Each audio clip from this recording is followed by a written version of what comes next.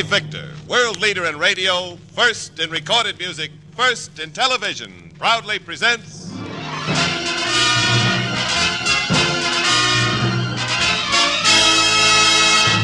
Screen Directors Playhouse, star Alan Ladd, production Chicago Deadline, director Lewis Allen.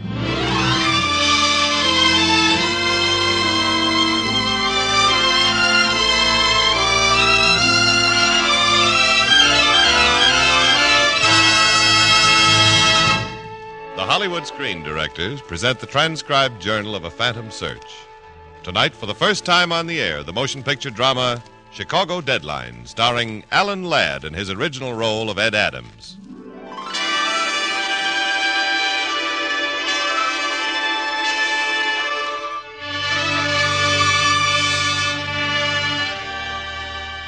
In the pale half-light of a hospital room, a man and a woman stand beside a bed, watching the bright, restless eyes of Ed Adams and hearing his scattered words. Rosita didn't have to die. I had to tell them. Make them understand. Rosita,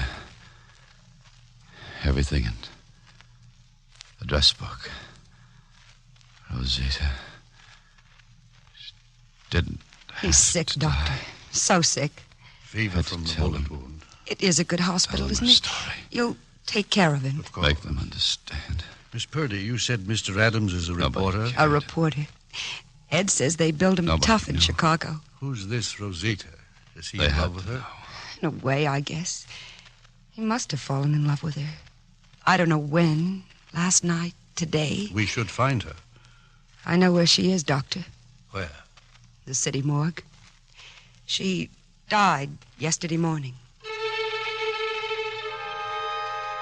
Leona! Yes, Ed. It's Leona. I wanted to help her. I wanted to help Rosita. Ed, you can't help her anymore. Leona, You have to sleep. tired. Sleep. Sleep.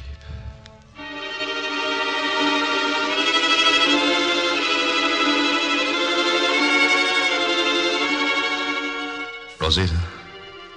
Listen, Rosita. You gave me a deadline until you were buried. I had till then to find out your story. To tell them the truth about you. And now they'll bury you tomorrow. I tried, Rosita. From the beginning, yesterday morning.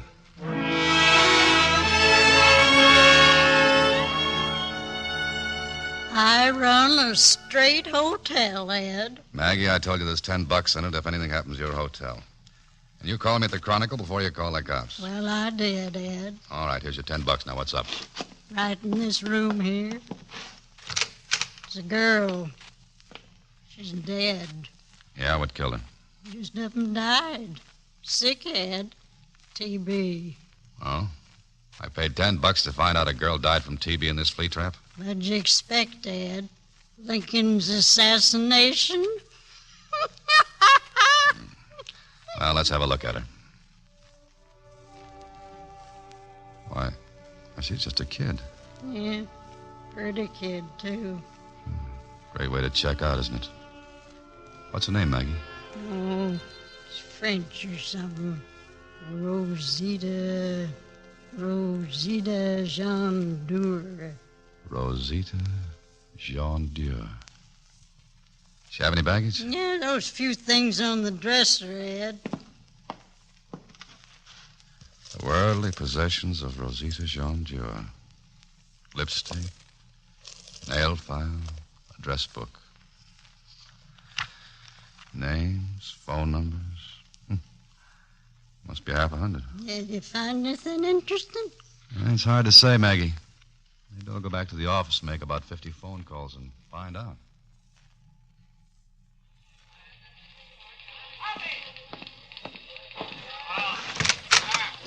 Okay, Peg, I fixed it with the city desk. Yeah? You're working with me on the story. What's the deal, Ed? All this fuss about an address book. I borrowed it, Pig. From a sweet-faced kid named Rosita Jean-Dur. She died this morning.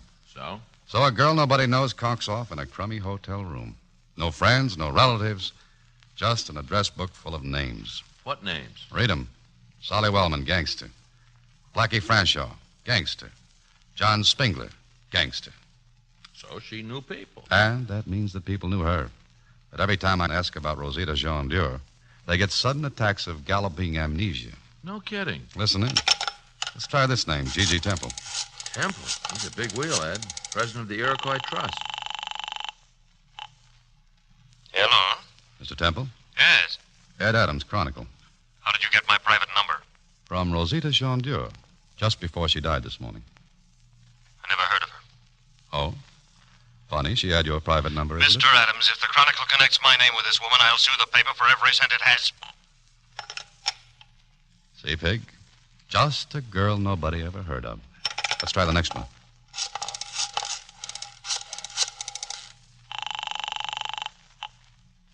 Hello? Tommy? Yes? This is a friend of Rosita's, Tommy. Oh? She died this morning. Hello? Tommy? Yes. I'm a newspaper man, Ed Adams. I was wondering, Tommy, could you identify the body for us? Yes. Can you make it at 8 o'clock tonight at the morgue? Yes. Tommy? Tommy? Well, at least somebody admits knowing her. Some fun. Let's try again, huh? Here's Belle Dorset listed at the Landor Arms.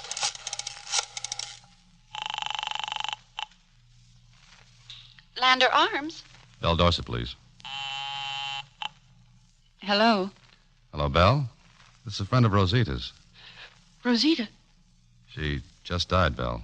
I don't know her. I never heard of her. Let me alone. Just a girl, Pig. And you bounce the corpse down the street, and suddenly you've got the place all to yourself. What next, Strongheart? Next? First, I want to call back the operator at the Landor and offer a fin to find out where Belle Dorset goes if she leaves the apartment house. Gotcha. And I'm going hunting with Rosita's address book until I find out why and how. I'm getting sore, Pig.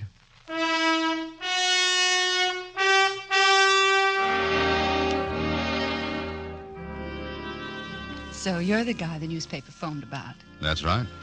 What about Belle Dorset? Did she leave after that phone call? Bag and baggage, son. No forwarding address.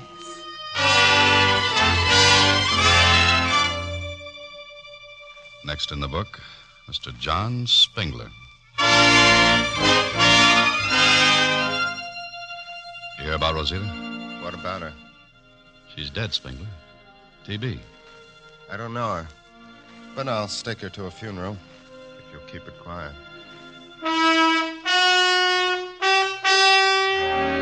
All right, Rosita. Let's try the next name in your address book. Let's try Leona Purdy.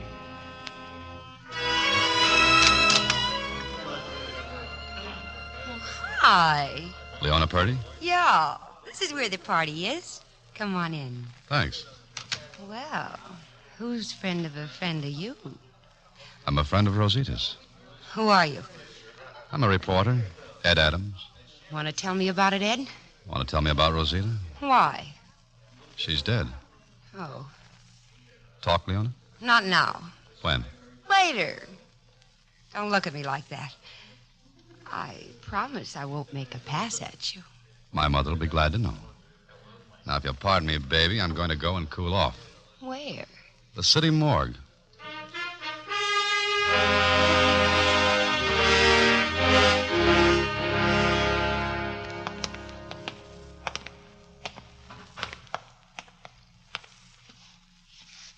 Is that her, Tommy? Yes, that's her. That's Rosita, Who was she? my sister. Tell me about her, Tommy. She ran away when she was only 17. Married a fellow named Paul Jean-Dur. Where is he now? He was killed in an automobile accident 4 years ago, but she wasn't happy with him. She was terribly hurt by something that happened to their marriage. And after he died? Rosita came here to Chicago. She moved around a lot. But every year on my birthday, we had dinner. Hey, Ed. Yeah? Pig's on the phone at the office holding a call for you on the board. Okay. Hello? Ed, I got Blackie Franshaw on the board. He called in. You remember him? Yeah, sure. He's in Rosita's book. Big shot mobster about a year or so ago. We'll put him on, Pig. Hello? Hello, Blackie. This is Adams. Yeah, I want to tell you about Rosita. Well, I'll be right over. Hurry it up, Adams. I want... Rosita. I loved her. Blackie, who was it? Who shot you? I just killed Blackie Francho. Adams, be smart. Leave it alone. Forget Rosita. Ed, this is Peg at the office. Who was that guy? How do I know? We just had a direct line to Blackie Francho's murder. Why'd he have to go and get himself killed off now? Why? Because a girl died this morning. A girl nobody ever heard of. A girl named Rosita.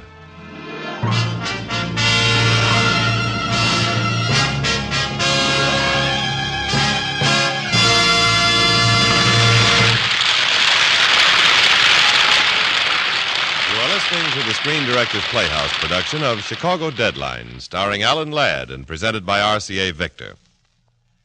If you're a typical American anywhere between the ages of 3 and 93, you'll have the time of your life the day you install your RCA Victor television set.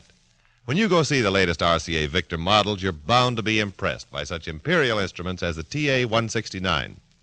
It brings you RCA Victor's supreme achievement in every field of electronic entertainment, all in one beautiful cabinet.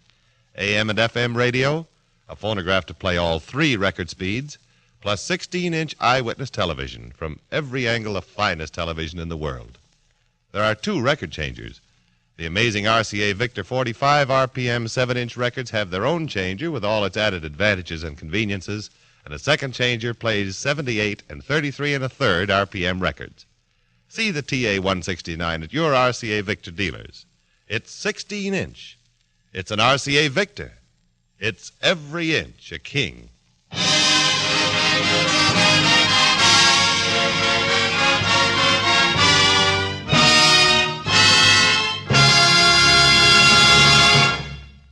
And now back to the Screen Directors Playhouse production of Chicago Deadline, starring Alan Ladd in his original role of Ed Adams.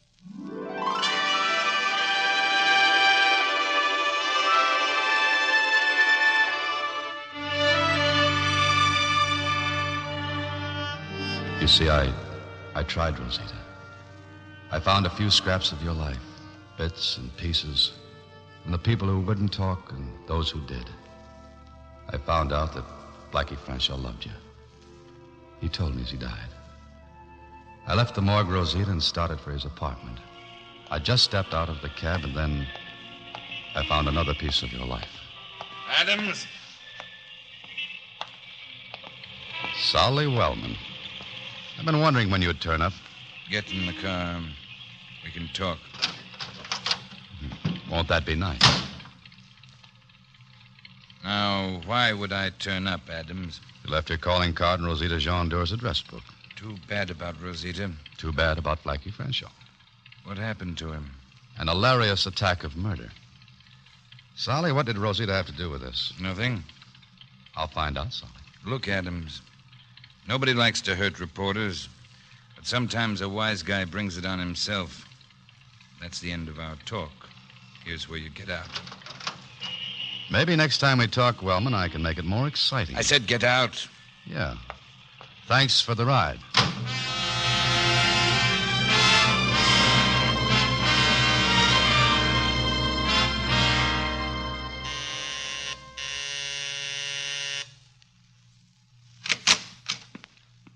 Hello, Leona. Well, the man did come back. On business. At this time of night? Get out of my apartment. Blackie Francho was shot tonight. Oh, Ed. That means something, huh? Ed, forget Rosita. You'll get into trouble. I'm already in trouble. Where does Blackie fit in? How does it happen that a guy who loved her gets knocked off after she's dead? I don't know, Ed. Rosita and I were roommates. Blackie Francho was in the rackets, but a nice guy. He made a play for Rosita. Well, at first, she didn't want any part of him. Then she began to trust him and like him and love him. What happened? Party one night. A lot of big shots were there. Yeah, who? A gilt-edged gunman named Solly Wellman. We've met. And a dollar-happy financier named G.G. Temple. Of the Iroquois Trust.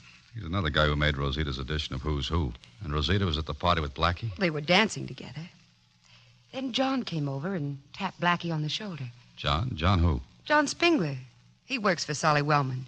Big-hearted Spingler. He wants to stake Rosita to a funeral. He told Blackie that Solly Wellman wanted to see him. Who was Solly with? His girl, Belle Dorset. Belle Dorset, sure. That must have been some party. Why? Because all those names turned up in Rosita's address book. They must have given her something to remember. I guess they did. Because as soon as Blackie left her to talk to Solly, another man asked her to dance. It was G.G. Temple. How big a play did he make? Very big. What about Blackie Franshaw? He was still number one with Rosita. Then she visited him one evening. She found him beaten to a pulp. Rosita took him out of town. He recovered, but his nerve was gone. He ran away. And Rosita? We lost each other. But I heard she was doing all right. With G.G. Temple? That's right, with G.G. Temple. Strange kid. How does it all fit together, Leona? She was tied in with Blackie, and Blackie's dead. She was tied in with Temple, and he's scared green. So is Solly Wellman. So is John Spengler. What's the connection? Spengler worked for Wellman. That's all I know. I wonder what Rosita was really like. Leona, I can't get her face out of my mind. She was all right, Ed. Like a fine locomotive that hits the wrong switch and rides onto the wrong track. Yeah. Who pulled the switch? Who let her die? She was sick. So that makes it all right, huh? No, Ed. No. Somebody was responsible. Somebody in that little address book of hers. Where are you going? Oh, I don't know. Walk, think, pull names out of a hat. It'll be morning soon. Maybe by then, maybe we'll be able to do something for Rosita. Good night, baby. Think it isn't working. None of it hangs together. Boy, this Rosita was some doll. We had to bury her right here in the city room. Now, don't be cute. Not now. Okay. I'm still trying to track down Belle Dorset. Stick with it, Pig. And check on John Spengler, the heart of gold who offered to bury Rosita. Somebody else did, too, Ed. The Moore got an envelope with $500 in it. Pig, I want you to arrange a funeral for me. Tomorrow morning, small and quiet and no circusing. Right. Where are you going now? I'm going to crash the private office of G.G. Temple.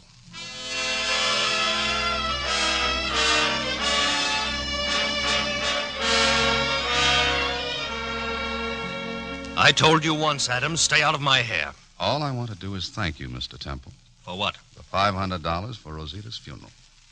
I don't know what you're talking about. You knew Blackie Franshaw, didn't you, Temple?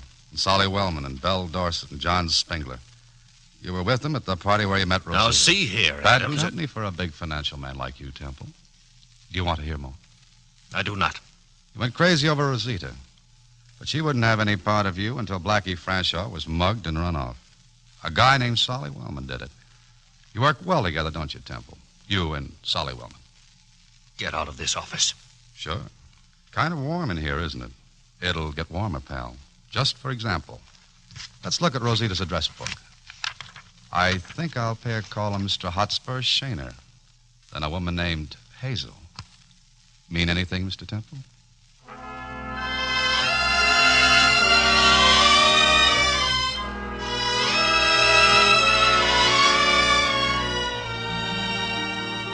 Mr. Adams, I can't believe that Rosita is dead. She was the finest young woman I've ever met. How did you meet her? My nephew brought her to the house, John Spengler. Spengler? Rosita left me about 4 months ago, suddenly. I think she and my nephew had a spat of some kind. Sit tight, Shaner. I'll get it. Hello? Mr. Shaner? Who's this? The police homicide. You got a nephew by the name of John Spengler? What about him? He was found shot to death in a ditch 1 hour ago.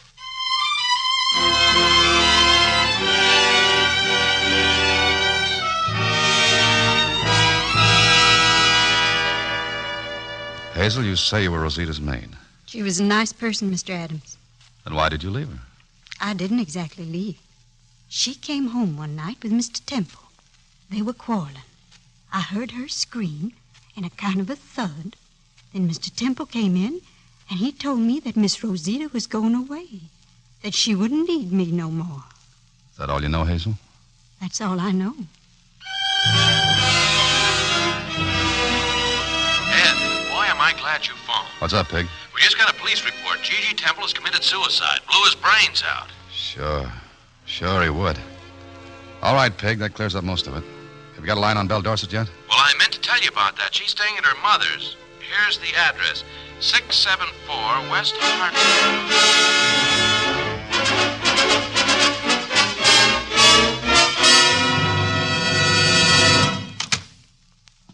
Hello, Belle. How did you find me? What do you want? Some talk about Rosita? I don't know anything. I do. I know Solly killed Blackie Frenshaw. Blackie hated Solly like death because of that beating, and I know Temple was financing Solly and the rackets. I don't want to hear any more. I don't want to listen. Blackie was afraid to move in on Solly Wellman because he thought they had Rosita. When he heard Rosita was dead, well, Solly knew it was either him or Blackie, and Solly got there first. Go on, Adams. Keep talking. Right into the gun. Solly Wellman. Tough Solly Wellman. Break a girl apart for a buck. How do you figure it? G.G. Temple. When he had that fight with Rosita, he knocked her down. She was unconscious. But he was sap enough to think he'd killed her. And he called you, Solly. The only one who could get rid of the body for him. You're making lots of noise. But you found out Rosita was alive. You wanted her dead. Out of the way so you could shake down G.G. Temple. And you made a mistake, Solly. You gave her to John Spingler. So? Spingler didn't kill her. He liked her. So he took her to his uncle's place to hide out. Everything was fine until Spingler began getting amorous. He forced Rosita to run away. She was alone again now. Alone and beaten and ashamed. And she just gave up. She gave up and died. Solly, you killed Blackie out of fear, and you killed Spingler for double-crossing you. And you scared G.G. Temple into suicide. A triple play, Solly. Congratulations. Not a triple play, Adams. 4-part harmony. And because you're so smart, you're the 4th part. What about Belle here? Going to kill your girl, too, Solly? She knows now. Solly? Sure, maybe we can rig up something. Maybe the two of you together. You know, double shooting. Solly! You rotten gun-heavy! You asked for it, Adams. Solly, turn around. What? You killed him. He was going to kill me?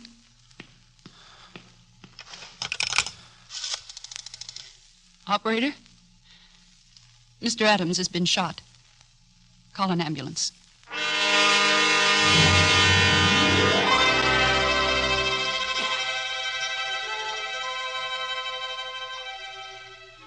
Now they'll know, Rosita. They'll know all of it. You'll be buried tomorrow, and maybe there'll be somebody to care. I'm sorry, Rosita. Truly sorry. But you were important. Everybody's important. Now they'll know, Rosita. They'll know all of your story.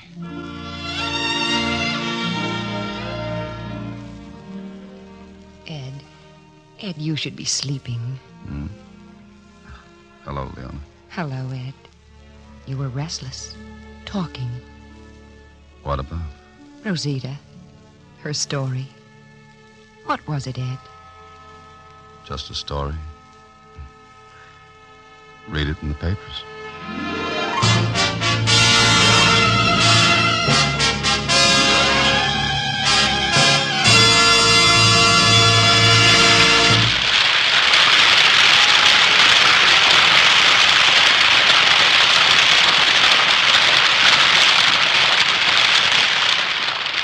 This is Jimmy Wallington speaking. You have just heard the last act of Chicago Deadline. Our star, Alan Ladd, and our guest screen director, Louis Allen, will be with us in just a moment. Next Friday, the Screen Directors Playhouse is proud to present a performance by one of Hollywood's greatest actresses, the winner of this year's Academy Award. Our story is The Dark Mirror, and recreating her original role will be Olivia de Havilland, with screen director Robert Siodmak. Now, here again is tonight's star, Alan Ladd.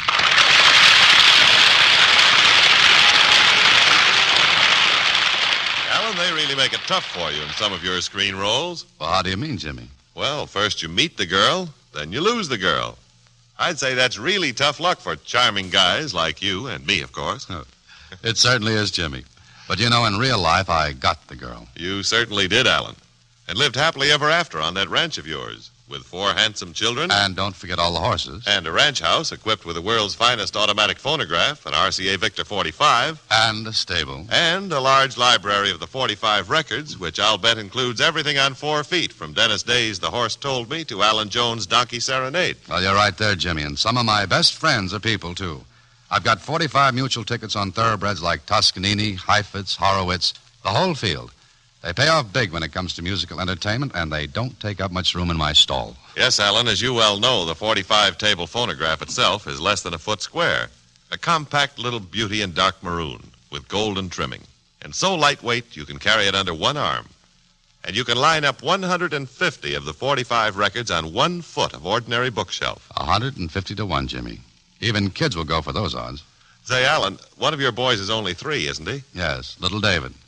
He's still too small to lick his weight in lollipops, though. Well, can he operate your 45 phonograph? Like a breeze, Jimmy. That ease of operation is one reason why the 45 is the fastest selling of all recorded music systems. And, of course, another reason is the price. The 45 phonograph, the one which all the lads are crazy about, costs as little as $29.95. The 45 automatic record changer can be had for $12.95. And prices on the records start as low as 46 cents plus tax. So see your RCA Victor dealer soon and set your home life to the music of the 45.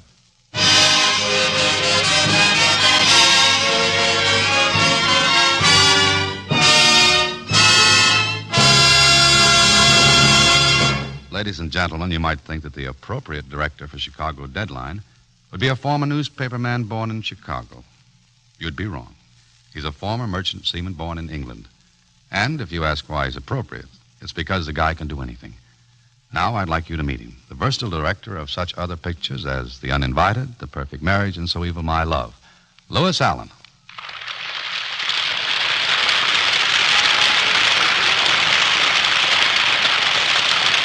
Thank you, Alan. You know, with Chicago Deadline, I'm convinced I made motion picture history. How, Lou? I directed a film in which Alan Ladd didn't get the girl. Well, you have to admit Rosita was a hard girl to strike up a conversation with. On the other hand, Alan, as I listened to the show tonight, I thought she made the ideal leading lady. Are you speaking as an actor or a director? Oh, definitely as a director. In the first place, she showed absolutely no temperament. An angel to work with. Exactly.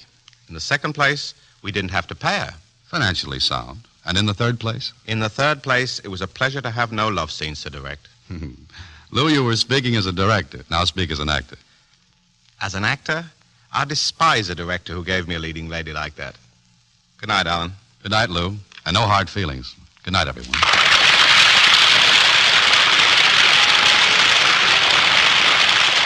And good night to you, Alan Ladd and Louis Allen.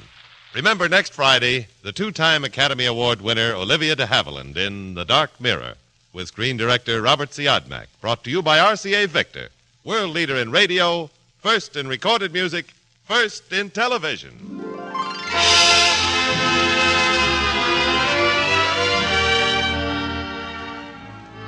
Part of $67 million is yours, not to receive, but to give.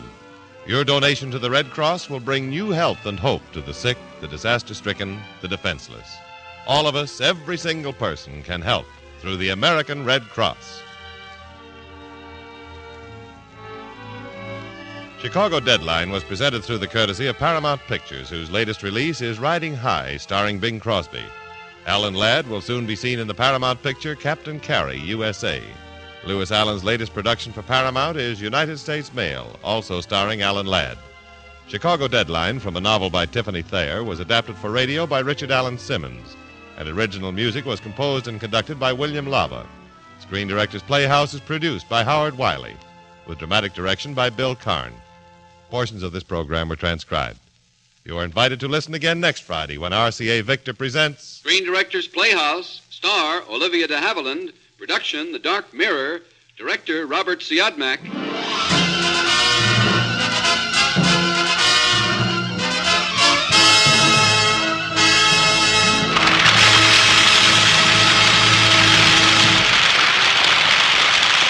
Now hear Jimmy the Great Rupert Durante next on NBC.